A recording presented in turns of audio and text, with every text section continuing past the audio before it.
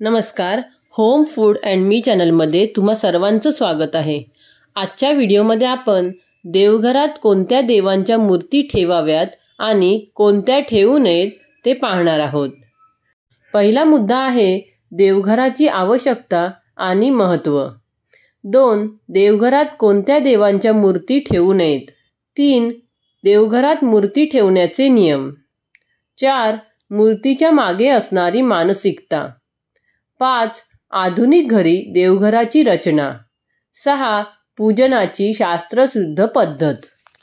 सर्वात आधी आपण पहिला मुद्दा म्हणजे देवघराची आवश्यकता आणि त्याचे महत्त्व काय असणार आहे ते जाणून घेऊया। देवघर हे घराच्या शांततेचं आणि आध्यात्मिक ऊर्जेचं केंद्र असतं। तेथे सकाळ संध्याकाळ पूजा केल्याने घरातील वातावरण पवित्र राहतं। देवघरामध्ये ठेवलेली मूर्ती योग्य असेल तर ती सकारात्मक ऊर्जा निर्माण करते। आता याचा सगळ्याचा अर्थ मी तुम्हाला सविस्तरपणे सांगते। आपल्या भारतीय संस्कृतीत देवघराला एक विशेष स्थान आहे। घरातील शांतता, सकारात्मक ऊर्जा आणि भक्तिभाव टिकवण्यासाठी देवघर आवश्यक असते। हे घरातील आध्यात्मिक आणि मानसिक शांतीचे केंद्र मानले जाते। देवघर हे घराच्या उत्तर पूर्व दिशेला असणे शुभ मानले जाते। तेथे दररोज सकाळ संध्याकाळ पूजा केल्याने घरात सात्विकता आणि पवित्रता नांदते। दिवा, अगरबत्ती, घंटा यांच्या आवाजामुळे वातावरणात सकारात्मक स्पंदने निर्माण होतात। देवघरात ठेवलेली मूर्ती योग्य असेल तर ती नकारात्मक ऊर्जा दूर करून सकारात्मकतेला जागा देते। देवघर हे नुसते पूजास्थान नसून ते आपल्या मनाला एकाग्रतेकडे नेते। त्यामुळे जीवनात संयम, श्रद्धा आणि आत्मविश्वास वाढतो। जेव्हा एखाद्या माणसावर संकट येते तेव्हा देवाप्रती श्रद्धा हे मानसिक बळ देते। देवघर हे संकट समयी आधार वाटते। भक्तीमुळे माणसात सकारात्मक विचार निर्माण होतो। देवघरामुळे घरात एक चैतन्यमय वातावरण तयार होते। घरातील लहान मुलांमध्येही संस्कार आणि श्रद्धा निर्माण होते। देवघरात केलेली पूजा आणि नामस्मरण हे मनाला स्थैर्य देते। सकाळची प्रार्थना दिवसभराची सकारात्मक सुरुवात करते। अनेक घरांमध्ये दिवाळी, गणपती, गुढीपाडवा यांसारखे सण देवघराच्या सजावटीने साजरे होतात। त्यामुळे धार्मिकता आणि एकोपाही वृद्धिंगत होते। शेवटी देवघर हे केवळ पूजेसाठी नसून ते आपल्या आध्यात्मिक उन्नतीसाठीही आवश्यक आहे। अशा प्रकारे प्रत्येक घरात एक पवित्र देवघर असावेच, यामागे शास्त्रीय आणि भावनिक आधार आहे। दुसरा मुद्दा आहे देवघरात कोणत्या देवांच्या मूर्ती ठेवाव्यात। पहिली आहे श्री गणपती, दुसरी लक्ष्मी माता, तिसरी आहे विष्णू भगवान किंवा श्रीकृष्ण, चौथी आहे दुर्गा माता किंवा अंबा माता, पाचवी आहे शिवशंकर, सहावी आहे हनुमानजी, सातवी आहे सरस्वती माता आणि आठवी मूर्ती आहे कुबेर देव। पहिला आहे श्री गणपती।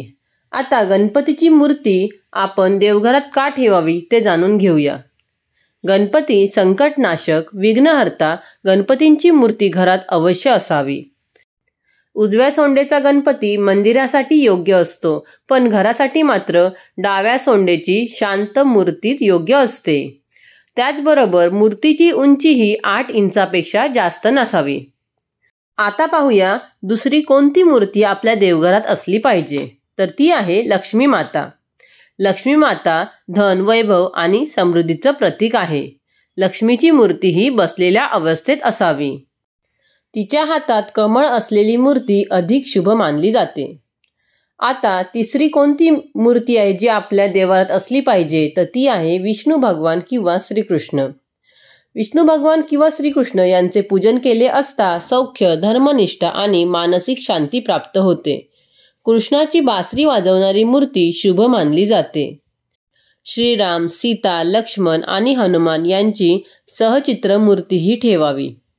आता पाहूया पाचवी मूर्ती, दुर्गा माता किंवा अंबा माता। दुर्गा म्हणजे शक्ती आणि संरक्षण। घरात अष्टभुजा असलेली दुर्गा मातेची मूर्ती ठेवावी, परंतु उग्र रूप टाळावे, म्हणजे रागीट मूर्ती ठेवू नये। पाचवी मूर्ती आहे शिवशंकर। शिवशंकर म्हणजे शांती, त्याग आणि समाधानाचे प्रतीक. शिवलिंगापेक्षा भोलेनाथाची शांत मूर्ती ठेवणे अधिक श्रेयस्कर असते. शिवपार्वतीची एकत्र मूर्तीही ठेवता येते. 6वी मूर्ती आहे हनुमानजी. हनुमानजी म्हणजे वीरता, भक्ती आणि संकटांपासून संरक्षण याचे प्रतीक. हनुमानजीची मूर्ती दक्षिणामुखी ठेवावी आणि उग्र रूप टाळावे. 7वी मूर्ती आहे सरस्वती माता. सरस्वती म्हणजे विद्या, ज्ञान आणि बुद्धी देवी. विद्यार्थ्यांनी किंवा शिक्षणात प्रगती हवी असणाऱ्यांनी या मूर्तीचे अवश्य पूजन करावे. पुढची मूर्ती आहे कुबेरदेव. कुबेरदेव म्हणजे धनाची देवता. कुबेरदेवांची मूर्ती नेहमी उत्तर दिशेला ठेवावी. 3रा मुद्दा आहे देवघरात कोणत्या देवांच्या मूर्ती ठेवू नयेत. पहिली मूर्ती आहे उग्र रूपातील मूर्ती. 2री खंडित मूर्ती. 3री 2 एकसारख्या देवांच्या मूर्ती. 4थी आहे मृत्यू लोकाशी संबंधित मूर्ती. 5वी आहे रुद्र रूपातील शिव मूर्ती. सर्वात आधी आपण उग्र रूपातील मूर्ती देवाऱ्यात का ठेवू नये ते जाणून घेऊया. काली माता, भद्रकाली, तारा माता यांचे उग्र रूप घरात ठेवू नये. अशी मूर्ती मंदिरात किंवा विशेष पूजास्थळीच योग्य असते. 2री आहे खंडित मूर्ती. कोणतीही देवी देवतांची खंडित, मोडकी, तुटलेली मूर्ती कधीही ठेवू नये. अशा मूर्ती घरातील सकारात्मक ऊर्जा कमी करतात. 3री आहे 2 एकसारख्या देवांच्या मूर्ती. उदाहरणार्थ 2 गणपती, 2 शंकर अशा प्रकारे एकाच देवाच्या अनेक मूर्ती ठेवू नयेत. यामुळे मनाच्या एकाग्रतेवर परिणाम होतो. 5वी आहे मृत्यू लोकाशी संबंधित मूर्ती. स्मशान, मृत्यू किंवा यम धर्माशी संबंधित मूर्ती घरात ठेवणे टाळावे. यामुळे नकारात्मकता पसरू शकते. 5वी आहे रुद्र रूपातील शिवमूर्ती. तांडव किंवा उग्र शिवमूर्ती घरासाठी योग्य नाही. त्याऐवजी ध्यानमग्न किंवा प्रसन्न मूर्ती योग्य असते. 4था मुद्दा आहे देवघरात मूर्ती ठेवण्याचे नियम. पहिला नियम आहे मूर्ती पूर्व किंवा उत्तर दिशेला तोंड करून ठेवावी. म्हणजे देवघरामध्ये आपण ज्या मूर्त्या ठेवणार आहोत त्यांची दिशा ही पूर्व किंवा उत्तर दिशा असावी. 2रा आहे देवतांच्या मूर्ती लाकडी किंवा पितळी असाव्यात. म्हणजे आपण जी मूर्ती देवाऱ्यामध्ये ठेवतो त्या मूर्ती लाकडी किंवा पितळी असायला हव्यात. घरात दररोज पूजन केले जाणे गरजेचे आहे. म्हणजेच काय, तुम्ही देवाऱ्यामध्ये देव ठेवले तर त्याची नियमितपणे पूजा अर्चना व्हायला पाहिजे. पुढे जास्त उंचीच्या मूर्ती टाळाव्यात. म्हणजे 12 इंचापेक्षा जास्त. देवाऱ्यातील मूर्ती ही कधीही 12 इंचापेक्षा जास्त नसावी. पुढे देवघराची जागा नेहमी स्वच्छ, सुवासिक व दिव्यांनी उजळलेली असावी. म्हणजे जिथे आपण देव ठेवतो तेच देवघर हे नेहमी स्वच्छ असले पाहिजे, सुवासिक असले पाहिजे, दिव्यांनी उजळलेले असलं पाहिजे. धूप, अगरबत्ती यांचा वास आपलं मन प्रसन्न करतं, वातावरण प्रसन्न करतं. पुढचा मुद्दा आहे मूर्तीच्या मागे असणारी मानसिकता. मूर्ती हा केवळ एक पुतळा नाही तर त्या माध्यमातून देवाचे साक्षात्कार होतात. त्यामुळे भावभावना, श्रद्धा आणि शुद्धतेने पूजा करणं महत्त्वाचं असतं. मूर्ती योग्य असेल तरच देवघरातून सकारात्मक कंपन प्रक्षेपित होतात. याचा अर्थ असा की देवाची मूर्ती ही केवळ एक पुतळा नसून ती भक्तीचा केंद्रबिंदू असते. त्या मूर्तीच्या माध्यमातून भक्त देवाशी आध्यात्मिक संवाद साधतो. मूर्ती ही श्रद्धा, भक्ती आणि विश्वासाचे प्रतीक मानले जाते. योग्य भावना आणि शुद्ध मनाने पूजन केल्यास ती अधिक प्रभावी ठरते. मूर्ती योग्य स्वरूपाची आणि अखंड असल्यास ती सकारात्मक ऊर्जा निर्माण करते. खंडित, उग्र व अनुपयुक्त मूर्ती मानसिक अस्वस्थता निर्माण करू शकते. मूर्तीला पाहून मनाला शांती, श्रद्धा आणि प्रेरणा मिळाली पाहिजे. पूजा करताना भावनात्मक एकाग्रता आणि भक्तिभाव अत्यंत महत्त्वाचा असतो. त्यामुळे योग्य मूर्तीतून देवघरातून सकारात्मक कंपन प्रसारित होतात. म्हणूनच मूर्ती निवडताना ती मनशांती देणारी व श्रद्धास्पद असावी. याची दक्षता घेतली पाहिजे। 6वा मुद्दा आहे आधुनिक घरी देवघराची रचना।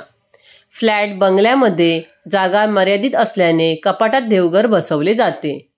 जास्तीत जास्त 2 ते 3 मूर्ती देवघरामध्ये असली पाहिजे। मूर्तीमागे शुभ रंगाचा उपयोग करा, जसे पांढरा, केशरी, सोनेरी। दिवा, उदबत्ती, घंटा यांची नियमित व्यवस्था ठेवा।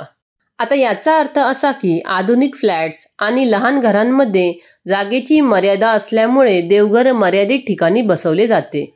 बहुतांश वेळा कपाटाच्या एका बाजूला किंवा छोट्या शेल्फमध्ये देवघर सजवले जाते। अशा ठिकाणी 2 ते 3 मूर्ती ठेवणे योग्य मानले जाते। मूर्ती खूप मोठ्या नसाव्यात, त्या सुमारे 8 ते 12 इंचापर्यंत ठेवाव्यात। मूर्तीच्या मागे शुभ रंगाचा वापर करावा, जसे पांढरा, केशरी, सोनेरी। दिवा, उदबत्ती, घंटा या गोष्टींची नेहमीच व्यवस्था असावी। देवघर स्वच्छ, शांत आणि दिव्य वातावरणात असावे। देवघर पूर्व किंवा उत्तर दिशेला असणे अधिक शुभ मानले जाते। फ्लॅटमध्ये देवघर बसवताना त्याच्यासमोर शूज रॅक, संडास नसावा याची काळजी घ्यावी। आधुनिकतेतही भक्तिभाव जपत पवित्रता टिकवणे हीच खरी देवघराची रचना होय। पुढचा मुद्दा आहे पूजनाची शास्त्रशुद्ध पद्धत। पहिलं, दररोज सकाळी आणि संध्याकाळी स्नानानंतर पूजा करा। दुसरा आहे पंचामृताने मूर्तीला स्नान घालू नये, केवळ पाण्याने स्वच्छ करा। तिसरा आहे फूल, सुगंध, दीप आणि नैवेद्याचा उपयोग करून पूजा करा। चौथा आहे मंत्रोच्चार करताना श्रद्धा अनिवार्य आहे। याचा अर्थ दररोज सकाळी आणि संध्याकाळी स्नानानंतर देवाची पूजा करावी। पूजेसाठी मन आणि शरीर स्वच्छ असणे आवश्यक आहे। मूर्तीला पंचामृताने स्नान घालू नये, केवळ स्वच्छ पाण्यानेच साफ करावी। पूजा करताना शांत आणि भक्तिभावपूर्ण वातावरण असावे। देवाला फुले, सुगंध, अगरबत्ती, दीप आणि नैवेद्य अर्पण करावा। मंत्रोच्चार किंवा स्तोत्र म्हणत देवतेला नमस्कार करावा। दिवा लावताना तूप किंवा तेल याचा योग्य प्रकारे वापर करावा। नैवेद्यामध्ये ताजे व सात्विक पदार्थ असावेत। पूजेनंतर प्रार्थना करून संपूर्ण घरात दिवा फिरवावा। श्रद्धा, नित्यता आणि शुद्धता हीच खरी पूजनाची शास्त्रशुद्ध पद्धत होय। या सर्वांवरून आपल्याला काय लक्षात येते, तर देवघर हे केवळ एक धार्मिक स्थान नसून मानसिक स्थैर्य, शांती आणि सकारात्मकतेचा स्रोत आहे। त्यामुळे देवघरात ठेवल्या जाणाऱ्या मूर्ती आणि त्या मूर्तींच्या पूजनाची पद्धत अत्यंत शुद्ध आणि शास्त्रशुद्ध असावी। योग्य मूर्ती, योग्य दिशा आणि योग्य भाव यामुळे घरात सुख, शांती आणि सौख्य नांदते।